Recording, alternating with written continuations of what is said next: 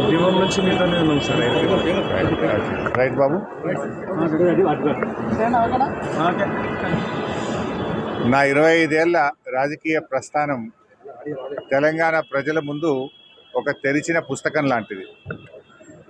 సరే, గత కొంతకాలంగా మా పార్టీ పైన, అదేవిధంగా నా పైన కొన్ని రాజకీయ పార్టీలు చేస్తున్నటువంటి వ్యాఖ్యలనే వారు కూడా చేయడం జరిగింది. అయితే ఆ వ్యాఖ్యలు వారు ఎందుకు చేశారో అది వారి విజ్ఞతకే నేను వదిలేస్తున్నాను.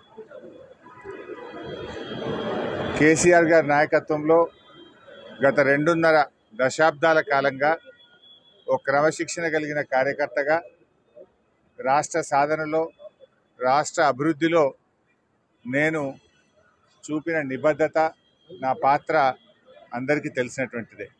ఉద్యమం ప్రారంభమైన తర్వాత 2004లో కేసీఆర్ గారు ఉద్యమ నాయకుడిగా మరి ఆయన రిజైన్ చేసి ఎంపీగా పోయినప్పుడు ఇక్కడ నుంచి రాజకీయంగా ఇంకొకరిని తీసుకొచ్చి ఇక్కడ పెట్టిండ్రు.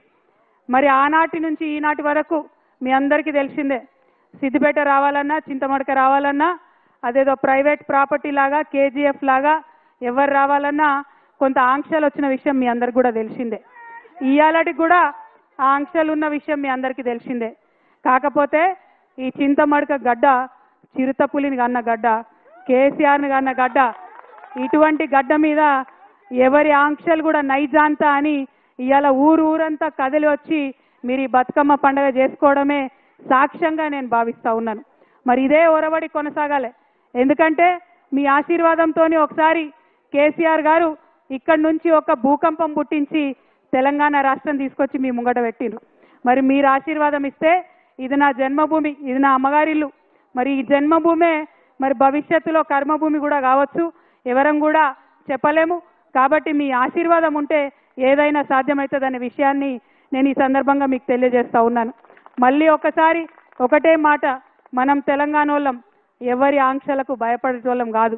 ఆనాడు ఆంధ్రోళ్ళు పెద్ద పెద్ద నాయకులు 100 ఆంక్షలు పెడితే తోసుకొని పోయి ముళ్ళ కంచెలు దాటుకొని పోయి బుల్లెట్లకు ఎదురుగా పోయి ఉద్యమం చేసినటువంటి వారసత్వం ఉన్నది. ఏదో రాజకీయంగా కొన్ని ఆంక్షలు పెడితే ఎవరు ఆగేది లేదు. ఖచ్చితంగా చింతమడకకు వస్తాం, సిద్దిపేటకు వస్తాం, ఒకసారి కాదు మళ్ళా వస్తాం. ఆంక్షలు పెడితే ఇంకా ఎక్కువ సార్లు వస్తాం.